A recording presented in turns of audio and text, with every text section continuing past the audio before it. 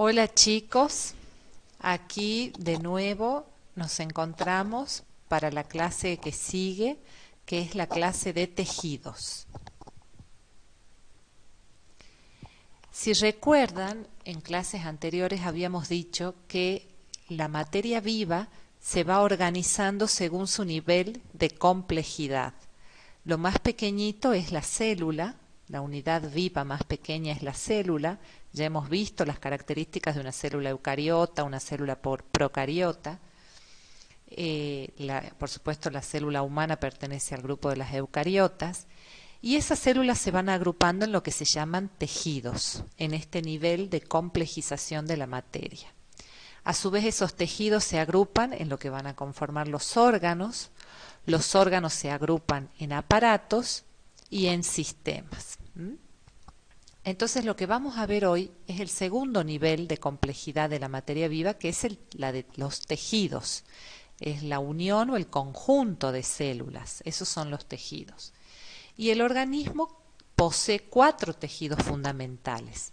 Recuerden también que tanto las células como los tejidos no pueden ser vistos con el ojo humano, entonces sí o sí necesitamos del microscopio para poder observarlos, tanto a las células como a los tejidos. Entonces, como les mencioné, son 4 los tejidos fundamentales.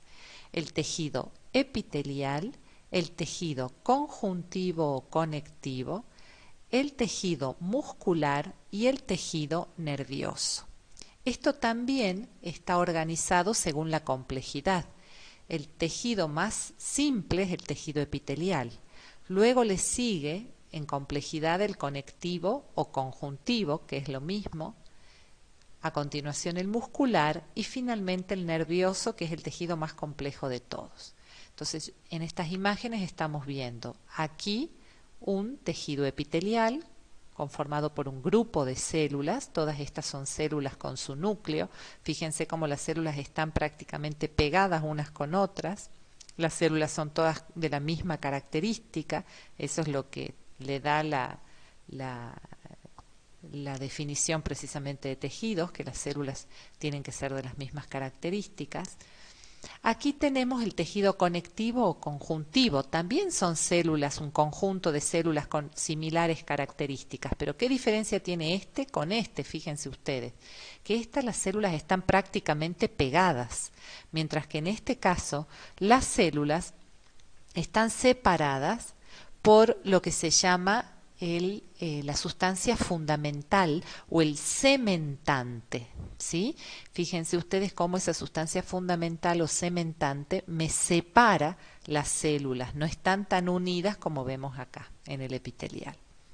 Entonces, epitelial, conjuntivo, conectivo, luego sigue el muscular, que en este caso estamos viendo un músculo esquelético, es decir, el músculo que se inserta en los huesos, ya lo vamos a ir estudiando, y finalmente el más complejo de todos, que es el tejido nervioso, que tiene esa forma como de células estrelladas con prolongaciones cortas y prolongaciones largas, que serán las dendritas y el axón.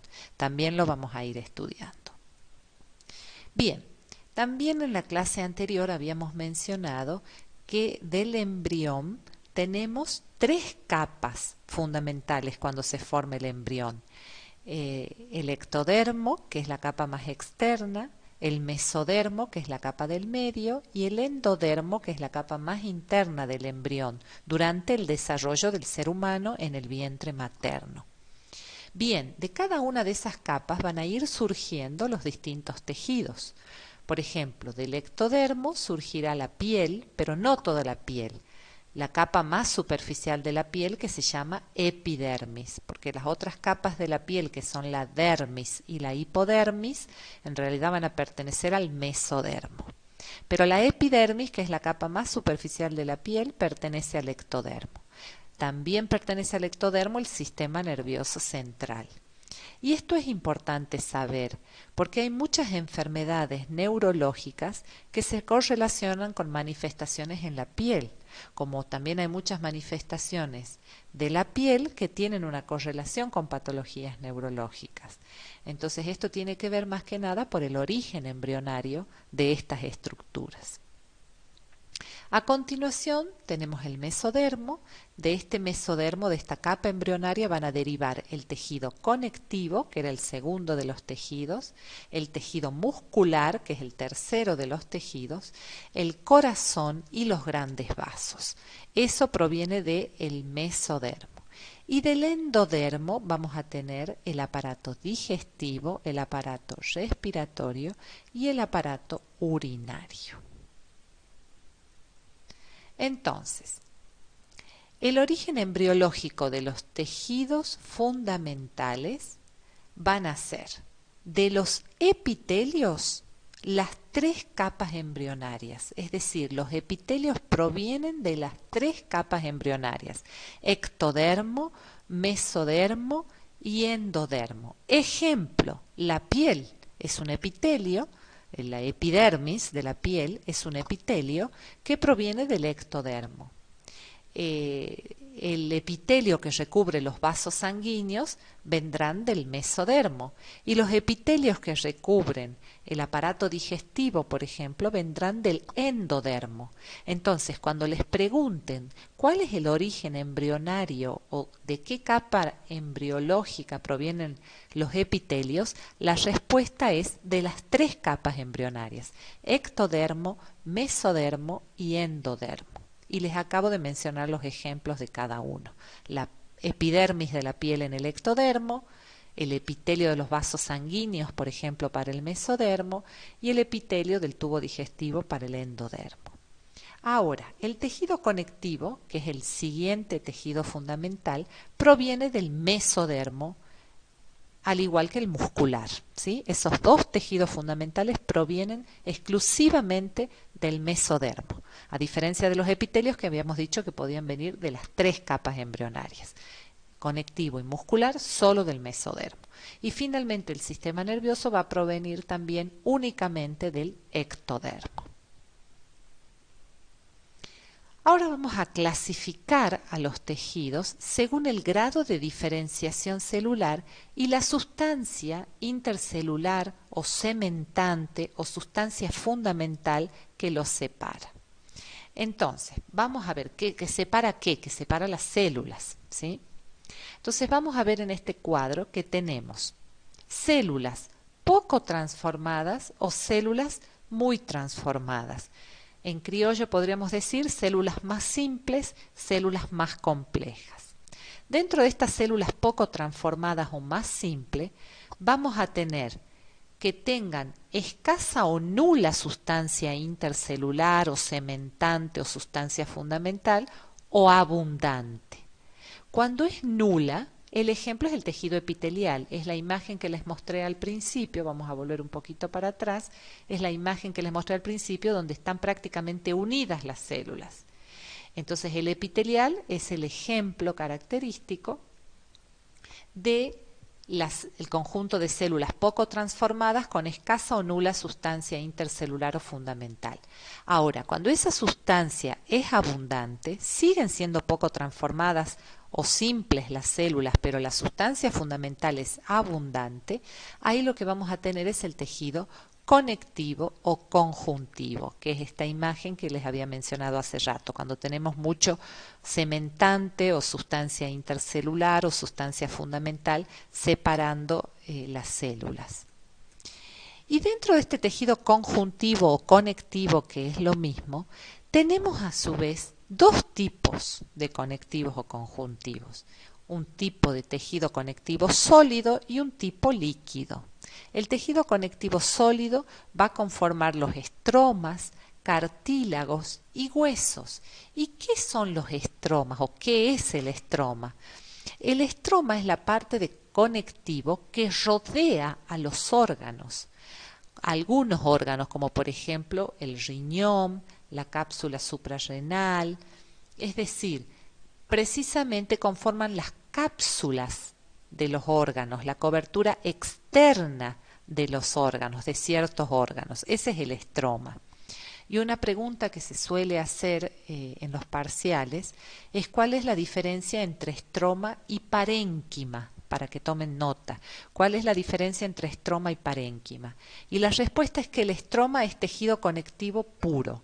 Generalmente son las cápsulas que rodean los órganos, la parte externa de ciertos órganos.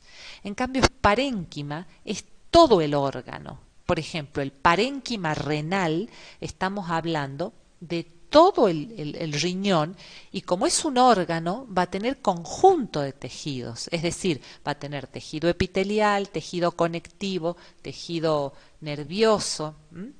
El riñón va a tener un conjunto de tejidos. Eso es parénquima. En cambio, el estroma es solamente la parte de conectivo, cápsula o cobertura externa de ese riñón, si estamos con el mismo ejemplo del riñón, ¿sí? Bien, el cartílago y el hueso es un tejido conectivo o conjuntivo, sólido o duro, especializado, ¿sí? ¿Especializado en qué? En formar hueso y en formar cartílago. Sin embargo, siguen siendo células mucho más sencillas que las que vamos a ver después como muy transformadas. Y después tenemos un conectivo o conjuntivo líquido que lo conforman la sangre y el tejido linfático, la linfa, que las dos son conectivos especializados líquidos. Si bien estamos diciendo especializados, decimos especializados para diferenciarlo de lo que es el estroma, por ejemplo, pero igual siguen siendo células mucho más sencillas que las que vamos a ver después como muy transformadas, que son más complejas. Entonces ahora sí pasamos a este grupo de células muy transformadas. Directamente no tienen repercusión para nada en absoluto la sustancia intercelular o fundamental, por eso no figura nada en esta parte, y vamos a tener los dos tejidos más complejos, el muscular primero y el nervioso después. Bien, otra forma de clasificar los tejidos es según las funciones. El tejido epitelial cumple la función de revestimiento, es decir, de cubrir una estructura. Revestimiento, de absorción, de secreción, germinal. ¿Qué quiere decir germinal? Que van a producir, hay epitelios como el del ovario y el de los testículos que producen precisamente las células germinales, óvulos y espermatozoides. También van a tener función sensorial, como por ejemplo el epitelio de la piel, que tiene el sentido del tacto, el epitelio de la lengua, que va a tener el sentido del gusto gracias a las papilas gustativas. Entonces también tenemos función sensorial. El epitelio también puede, además de ser de revestimiento, puede ser subclasificado en glandular, que lo vamos a ver enseguida. Y justamente gracias a ese tejido o esa subclasificación en glándulas es que vamos a tener las funciones de absorción y de secreción. Bien, ahora sí pasamos al tejido conectivo o conjuntivo. ¿Qué funciones tendrán el conectivo y el conjuntivo? De conexión, de elaboración, de reserva, soporte, defensa, nutrición. A ver, vamos viendo un poco. Conexión. Habíamos dicho que el tejido conectivo tenía la característica de tener mucha sustancia intercelular entre sus células, mucho cementante, y eso ayuda precisamente a la conexión. Por otro lado, como reserva, el tejido adiposo es tejido conectivo, es decir, la grasa, y la grasa es una reserva tanto de calor como de energía. De soporte, porque sostienen, por ejemplo, el estroma, que habíamos dicho que eran las cápsulas de ciertos órganos, como el estroma del riñón, la cápsula suprarrenal, tienen la función de soporte. De defensa, porque precisamente también sirven para proteger otras estructuras, y de nutrición, porque ¿qué hemos dicho que tenía el tejido conectivo básicamente? Los vasos sanguíneos, y cómo se nutren los tejidos en el organismo gracias a los vasos sanguíneos que llevan la sangre, y además la sangre es otro tejido conectivo también, tejido conectivo líquido. Entonces, por eso tenemos todas estas funciones dentro del conectivo o conjuntivo. Después tenemos el tejido muscular. ¿Qué función va a tener el tejido muscular? El del movimiento. Vamos a ver que tenemos tres tipos de músculo, eso lo vamos a ver enseguida. El músculo que está adherido a los huesos, como el de la foto que mostré al principio, ese se llama músculo estriado o esquelético. Después tenemos el músculo liso, que es el que está dentro de los órganos, y después el músculo cardíaco. Pero los tres músculos tienen como función la motilidad, el movimiento. La diferencia es que los músculos que están adheridos a los huesos uno los puede controlar con la voluntad. Es decir, yo puedo decidir si me paro, me agacho, levanto una mano, soplo con los labios. Entonces los músculos adheridos a los huesos yo los puedo controlar, pero los que están dentro de los órganos y el propio corazón yo no lo puedo controlar. Esos son músculos involuntarios. No le puedo decir al estómago contraete más lento o más rápido, o al corazón acelerate más o acelerate menos. No le puedo decir eso. Pero la característica es que yo los pueda controlar o no. Todos los músculos tienen como función el movimiento.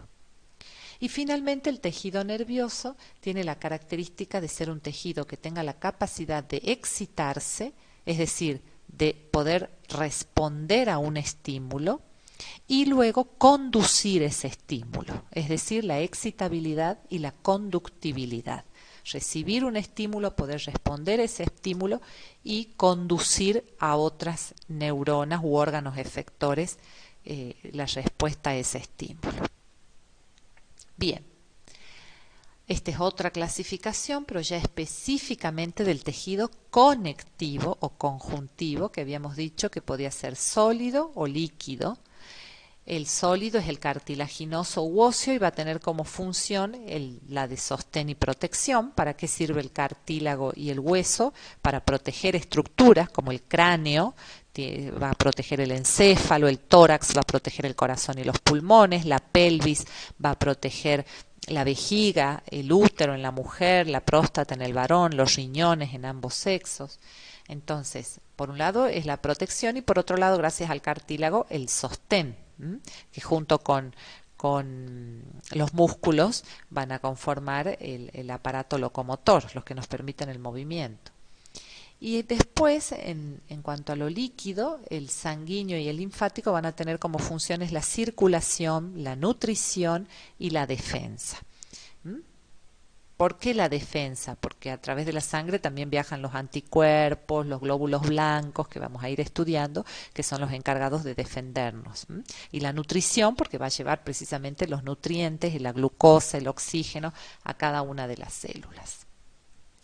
Bien, entonces vamos ahora a circunscribirnos. Lo que hemos visto hasta recién es la clasificación general de los 4 tejidos fundamentales.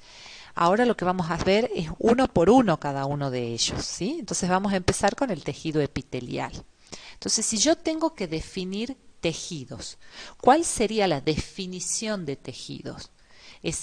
Será el conjunto de células que tienen como características un mismo origen, una misma forma y una misma función. Por eso les dije, las células se parecen todas. Entonces, la definición de tejidos es el conjunto de células que tienen un mismo origen, una misma forma y una misma función.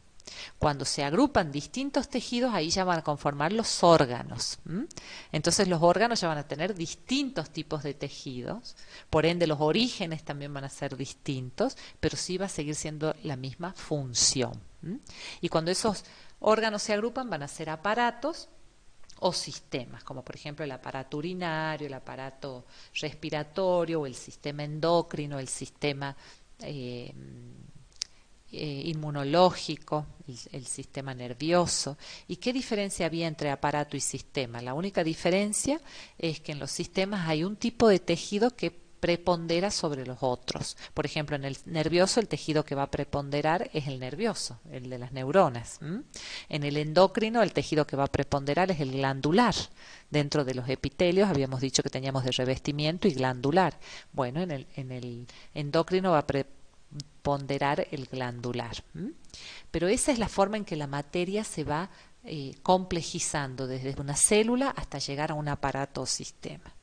Entonces, volviendo ahora específicamente a la clasificación de tejido epitelial, vamos a decir que es un conjunto de células que tienen mismo origen, misma forma y misma función.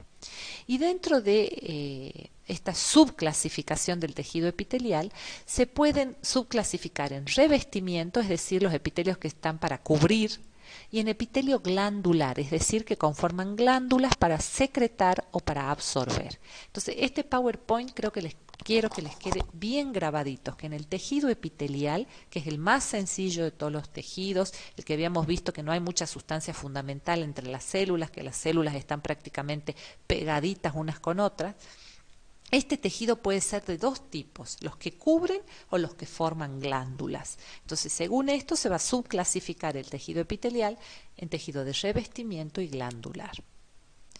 Vamos específicamente ahora a la clasificación de los epitelios de revestimiento. Dentro de la clasificación de epitelios de revestimientos vamos a determinar esa clasificación según la forma de las células, según el número de capas que tengamos o según la función.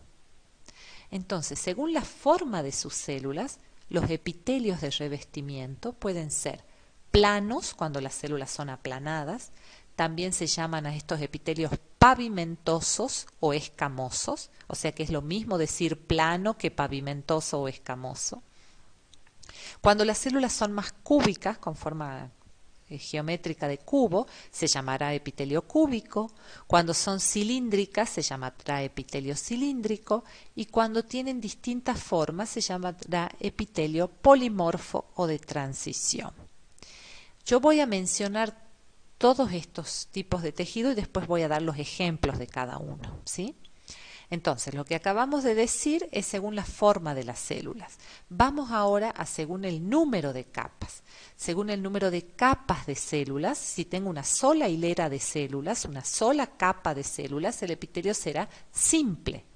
Si tengo dos o más capas de células, el epitelio va a ser estratificado. Estratos significa capas. Por ejemplo, cuando uno dice los estratos sociales o estratos socioeconómicos, ¿a qué se refiere? A las distintas clases o capas, entre comillas, de personas en el caso de los estratos sociales. En este caso estamos hablando de capas o de hileras de células. Entonces, si yo tengo una sola hilera de células, el epitelio es simple. Si tengo de dos o más, va a ser estratificado, es decir, en capas. Si pareciera que son varias capas, pero en realidad es una sola, donde ya vamos a ver por qué pasa eso, el epitelio es pseudoestratificado, donde el prefijo pseudo significa parece pero no es. Eso quiere decir pseudo, algo que parece pero no es. Parece estratificado porque parece que son varias capas, pero si uno lo analiza y lo ve bien con el microscopio, van a ver que en realidad todos tienen una sola capa. Y la función de los epitelios van a ser de revestimiento propiamente dicha, en el caso que es revestimiento puro, y si no, también pueden tener funciones ya más relacionadas con la actividad glandular, de absorción, de secreción, pueden tener actividad germinal, como habíamos dicho, los epitelios del ovario, de los testículos que liberan el óvulo y el espermatozoide respectivamente, epitelios sensoriales o neuroepitelios como el de la piel, el del oído, el de la boca, el de la retina del ojo, donde van a estar los órganos de los sentidos. Bien, cuando nosotros hablamos de una hilera de capas, nos referimos a partir de una membrana basal. Los epitelios aceptan sobre una membrana basal. Todo lo que esté por arriba de esa membrana basal es lo que me va a conformar una hilera de capas o más hileras de células. Vamos ahora a los ejemplos. El ejemplo de epitelio plano, pavimentoso o escamoso, va a ser aquellos epitelios que necesitan ser más sencillos, más simples, como por ejemplo el de la piel. La piel, que solamente tiene como función, no solamente, tiene varias funciones, me retracto en lo dicho, pero una de las grandes funciones es la de cubrir y proteger. El epitelio de la piel va a ser, de la epidermis, un epitelio plano. Otro epitelio que va a ser plano es el del alvéolo, en el aparato respiratorio para el intercambio gaseoso. Es un epitelio planito porque lo único que necesita es que se intercambie el oxígeno con el dióxido de carbono, ¿sí? Otro epitelio que va a ser plano es el de los vasos sanguíneos. A ese se lo llama endotelio vascular. Endotelio quiere decir el epitelio de adentro, eso quiere decir endo, adentro. Endotelio vascular quiere decir los epitelios que están por dentro de los vasos sanguíneos. Esos también van a ser epitelios planos, porque yo necesito que la sangre circule tranquilamente sin obstáculo. Acuérdense ustedes que en anatomía todas las formas y las estructuras tienen que ver con la función, no con que quede bonito, sino con la función que van a cumplir. Entonces los epitelios planos o pavimentosos son los que cuando necesito un epitelio sencillo que me permita transporte, intercambio de gases, protección y no me genere más conflicto.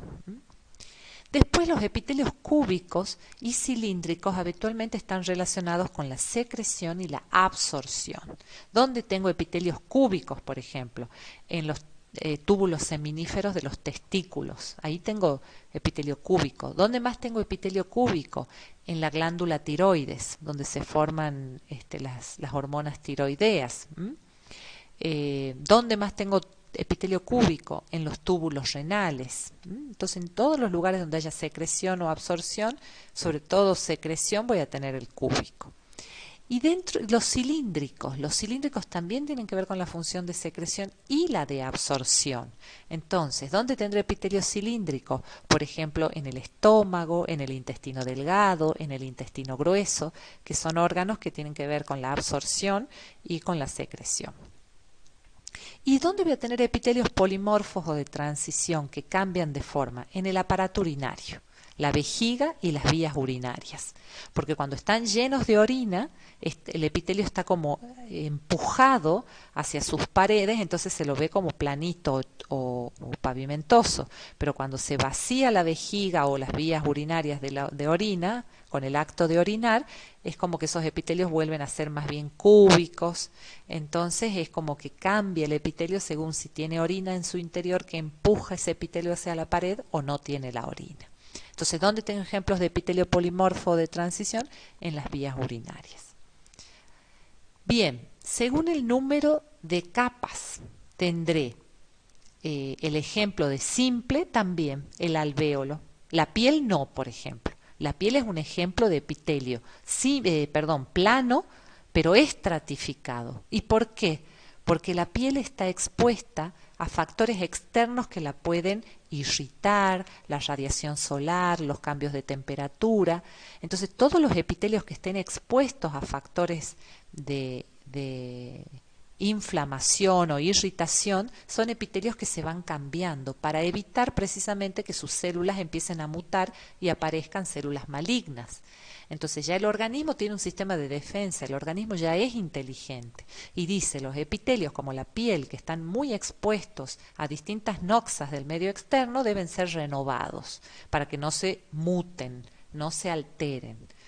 Entonces, por eso la piel es un epitelio plano o pavimentoso o escamoso por su forma de células, pero estratificado por la cantidad de capas. En cambio, el alvéolo es un epitelio plano simple, porque yo solamente necesito el intercambio de gases, entonces ¿para qué voy a tener otro tipo de epitelio? Y el pseudoestratificado lo vemos en las vías aéreas. Las vías aéreas es un epitelio también de forma cilíndrica, pero pseudoestratificado, porque cuando uno lo ve bien en el microscopio, al principio parece como que son varias capas de células, pero cuando uno lo observa bien ve que en realidad todas asientan sobre una misma membrana basal. Pero los núcleos están a distintas alturas, entonces al estar los núcleos a distintas alturas da ese efecto en microscopio como de varias capas, pero en realidad todas asientan sobre esa única membrana basal. Entonces el ejemplo de pseudoestratificado es el de las vías aéreas, es un epitelio cilíndrico pseudoestratificado. Y bueno, según la función, eso ya hemos mencionado, ¿sí? Revestimiento, la piel, el tubo digestivo, es epitelio de revestimiento, de absorción, el estómago, el intestino, de secreción, la glándula tiroides, germinal, el ovario y el testículo, sensorial, la piel, la lengua, el oído interno, etcétera. Bien, entonces ahí tenemos, fíjense, un esquemita con un epitelio simple. Ahí ven la línea negra, esta que están viendo aquí, es la membrana basal. Todo lo que está por arriba es lo que va a determinar las capas. En este caso son todas una sola hilera de capas, pero van cambiando las formas. Aquí tendré cilíndrico, estos serán cúbicos, estos también cilíndricos, estos serán planos, ¿sí? Cambian la forma, pero la capa siempre es una sola. Por eso es epitelio simple. Acá tengo el endotelio vascular, donde se ven clarito esa hilera de células sobre la membrana basal.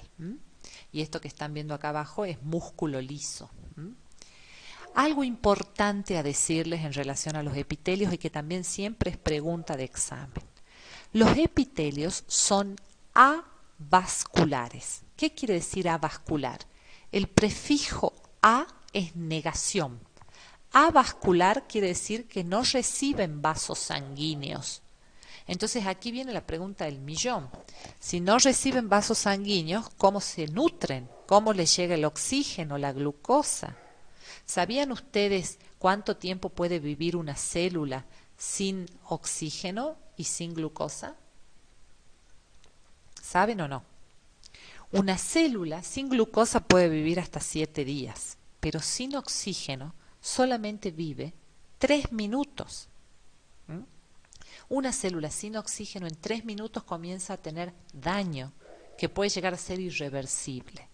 Entonces usted me va a decir, pero doctora, no la entiendo, ¿cómo? Si una célula no puede estar 3 minutos sin que le llegue oxígeno y el oxígeno le llega a través de los vasos sanguíneos, ¿cómo es que está diciendo que el epitelio es avascular, es decir, que no recibe vasos sanguíneos?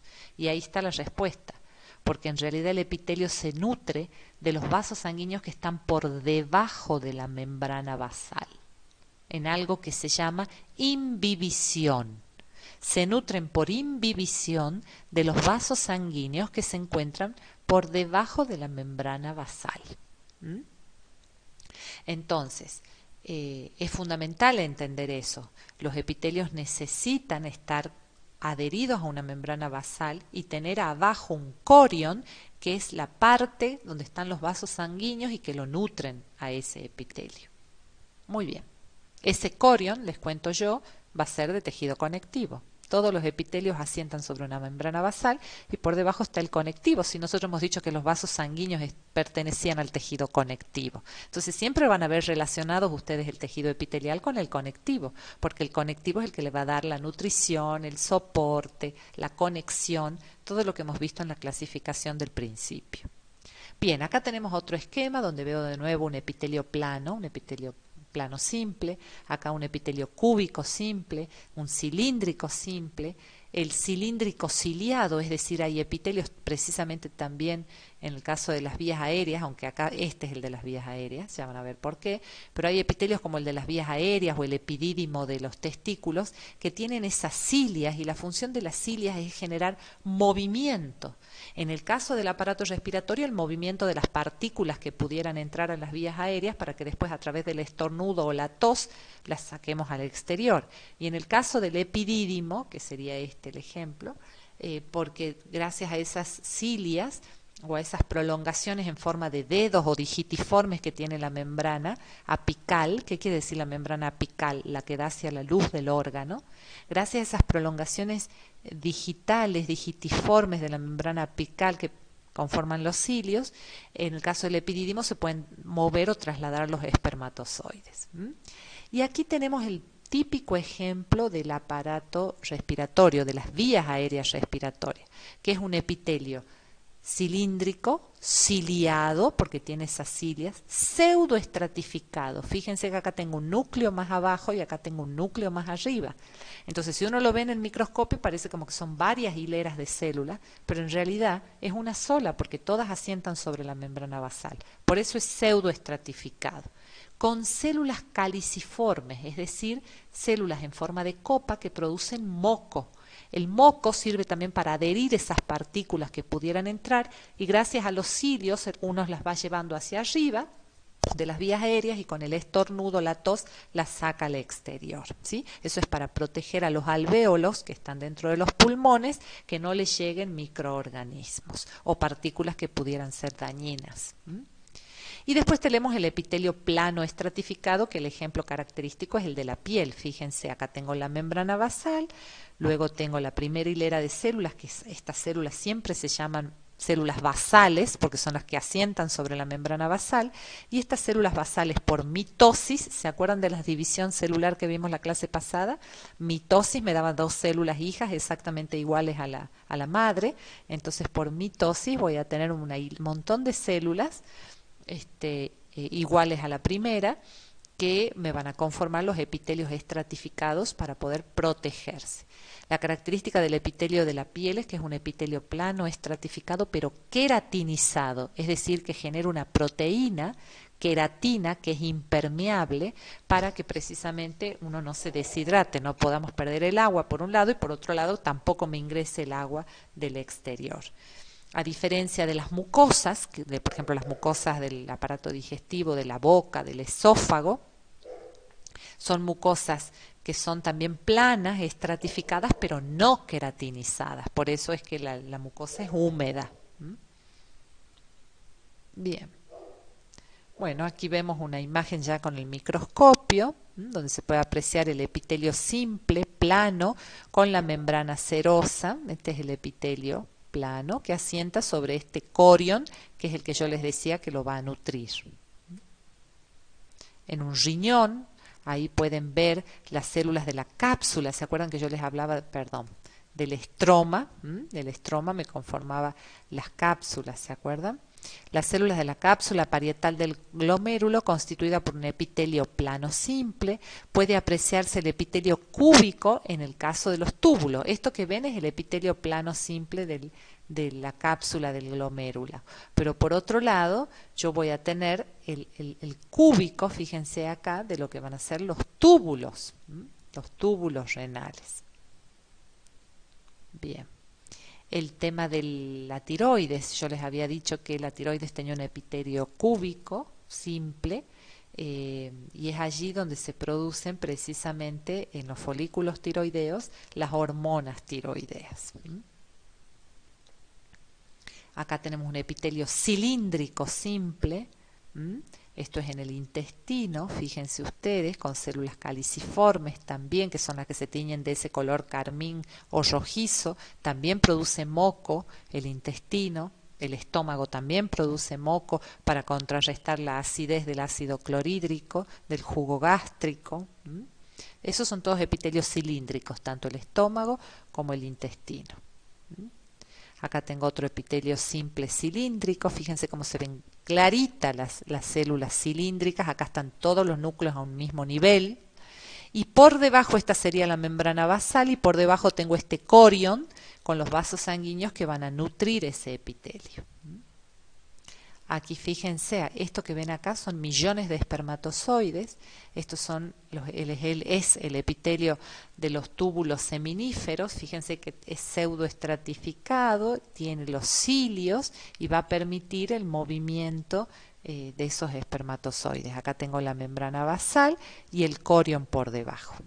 Puede ser pseudoestratificado o puede ser un epitelio con los núcleos al mismo nivel, ¿no? Eso en este caso depende. Donde sí se ve bien característico que son pseudoestratificados es en las vías aéreas. Aquí tenemos nuevamente, este sí pertenece a las vías aéreas, el pseudoestratificado en los núcleos a distintas alturas, fíjense, y los cilios en la membrana apical. Acá tengo la membrana basal. Fíjense, membrana basal, membrana apical, es decir, esta es la que da hacia la luz, en este caso de las vías aéreas, y que posee los cilios, y la membrana basal es donde va a sentar las células. Bien. Entonces, con esto terminamos lo que es epitelios de revestimiento, pero nos quedan los epitelios glandulares, es decir, que formaban estas glándulas de secreción. Y entonces aquí vamos a clasificar a las glándulas según el número de células, según las características de la secreción, según dónde vierten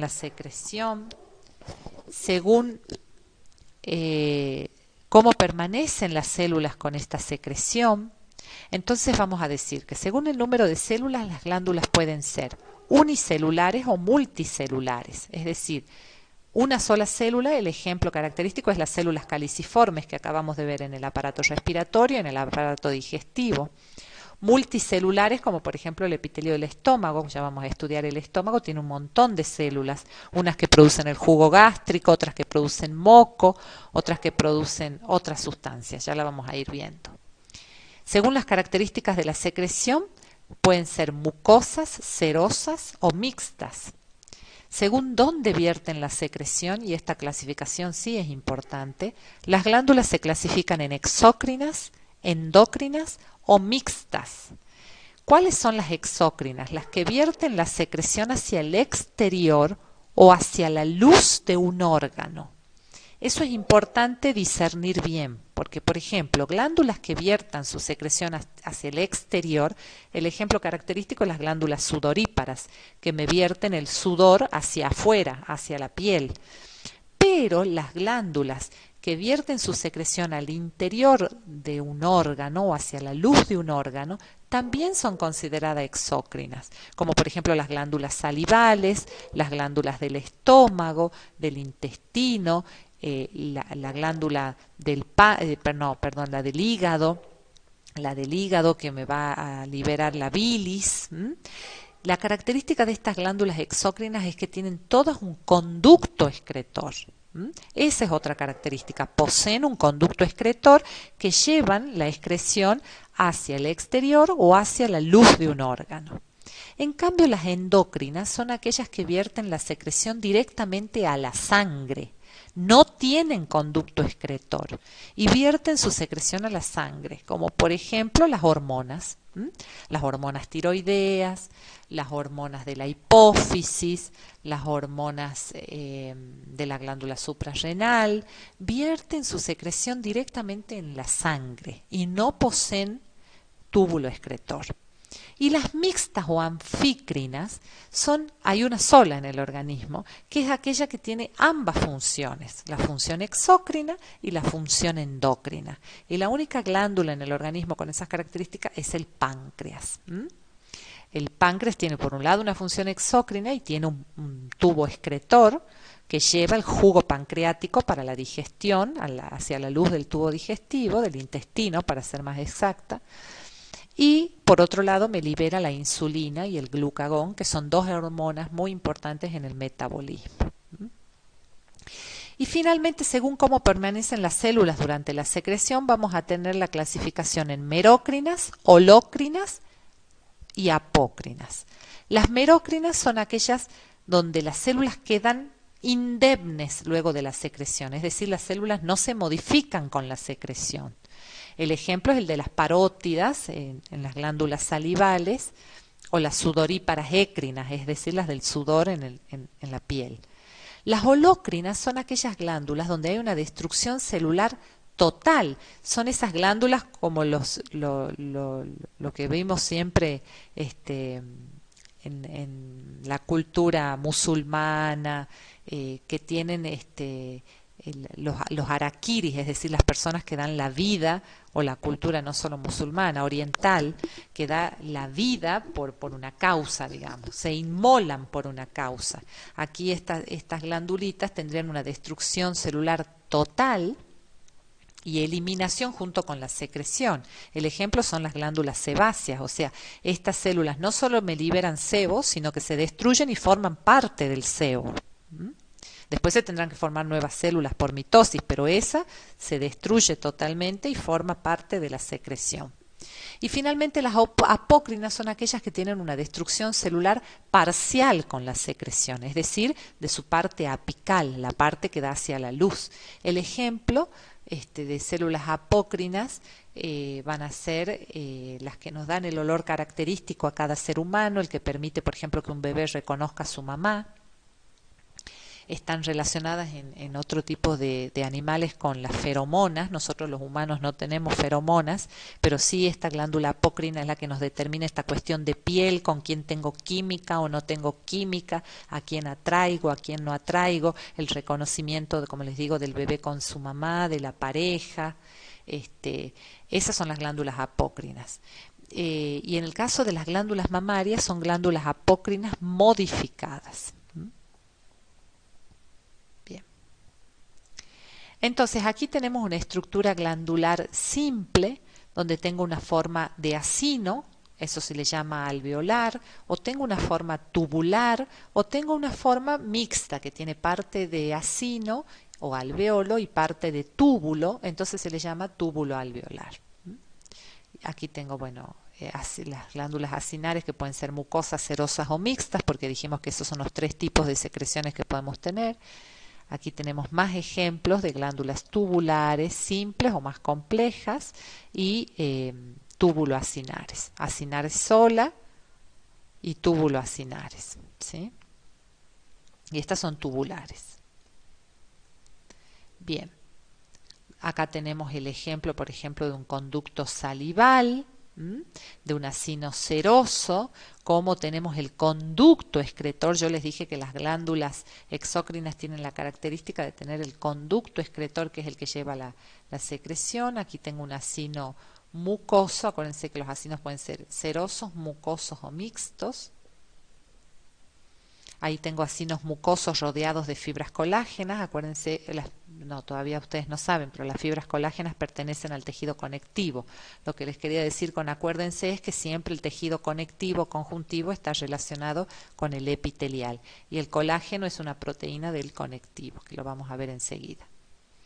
Aquí tenemos productos de secreción en el centro de estas células o en la luz de estas células, en una glándula de secreción externa. Aquí está la secreción, fíjense, acá se la señalo. Esa es la secreción. Aquí tengo acinos glandulares mixtos. Y ahora sí vamos a pasar al tejido conectivo o conjuntivo. Vamos a decir que está conformado el tejido conectivo conjuntivo. Esta imagen del Power también quiero que les quede bien grabada, así como hace rato en el epitelial les dije que se les grabe que podían ser de revestimiento y glandular.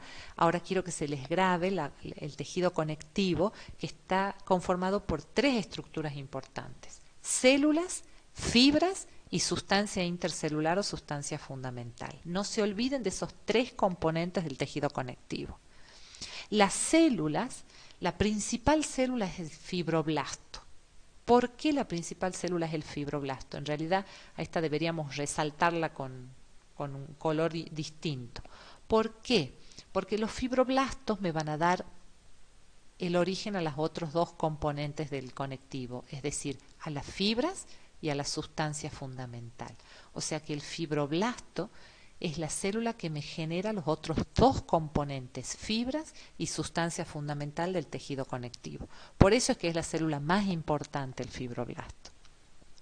Luego tendré histiocitos, que son las células de los tejidos, células cebadas, células linfoides, células plasmáticas, eosinófilas, adiposas o grasas, pigmentarias, que vamos a ir estudiándolas a cada uno de ellos, muchos cuando veamos sangre. Y después cuando veamos tejido adiposo y demás la vamos a ir estudiando. Las fibras que habíamos dicho que eran producidas por los fibroblastos son tres tipos de fibras: las colágenas, como mencioné hace rato, las elásticas y las de reticulina. Aunque hoy hay estudios que avalan de que tanto las fibras elásticas como las de reticulina serían un subtipo de colágeno, o sea que siempre las más importantes son las colágenas. Y la sustancia intercelular o fundamental, acuérdense ustedes que siempre es abundante en el caso del conectivo, a diferencia del epitelial, y está conformada básicamente por ácido hialurónico. Entonces, el fibroblasto, dijimos, es la más importante porque da origen a las fibras y a la sustancia intercelular o fundamental, que es la que actúa como ese cementante entre las células. Las fibras pueden ser colágenas, elásticas o de reticulina, y precisamente estas últimas dos yo les mencioné que estaban consideradas para algunos autores como un subtipo de fibras colágenas. Estas fibras colágenas se disponen, son proteínas globulares que se disponen como en una triple hélice. Las fibras elásticas tienen que ver justamente con la elasticidad del tejido, les permiten el estiramiento a los tejidos. Y las de reticulina colaboran junto con las colágenas en la estructura del tejido. Clasificación del tejido conectivo o conjuntivo.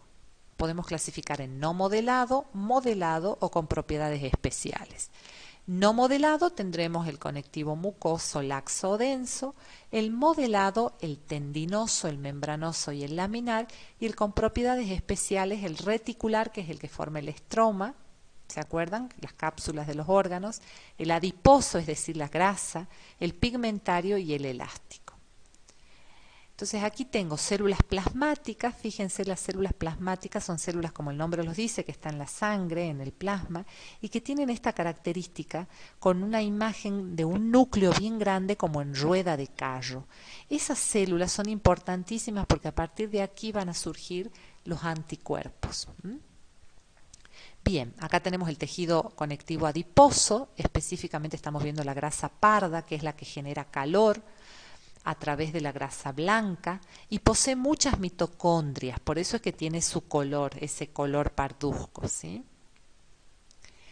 Después tenemos la grasa blanca propiamente dicha, que se encuentra en mayor proporción en el cuerpo y es la grasa que nos da el sobrepeso. O sea, nosotros tenemos esta grasa parda que es la que me genera calor, la que me va a generar el calor a través de la grasa blanca, pero es la grasa parda la que me interesa. La grasa blanca pura es la que se encuentra en todo el cuerpo, por supuesto según la predisposición genética y según el sexo. Cuando uno se excede de peso, esa grasa se va a localizar preferentemente en el abdomen en el caso de los hombres, en la cadera en el caso de las mujeres, y después dependerá de la genética y de la predisposición familiar que tengan esas personas de acumular grasa, pero son las que se encargan del sobrepeso, la blanca. Bueno, el conectivo laxo, que lo ven aquí, el tejido conectivo laxo, como por ejemplo esto que es un duodeno, de intestino delgado. El tejido conectivo denso, fíjense la diferencia entre el laxo y el denso, que es como más compacto, como lo vemos en la piel. Miren, acá este es una histología de la piel, es decir, una foto de un preparado histológico de piel. Todo esto que ven aquí arriba de violeta es la epidermis, es la capa más externa de la piel que es estratificada, plana o pavimentosa, estratificada, y esto que están viendo aquí arriba es precisamente la queratina. ¿Se acuerdan que yo les dije que el epitelio de la piel era un epitelio plano, estratificado, queratinizado? Y por debajo, lo que se ve debajo, que es de un color más clarito, es todo el conectivo, que en este caso es un conectivo denso, separado por supuesto por una membrana basal, y es el conectivo que le da nutrición y soporte a esa piel. Entonces en esta imagen están viendo lo que les venía mencionando, cómo el epitelial y el conectivo están siempre relacionados uno con otro.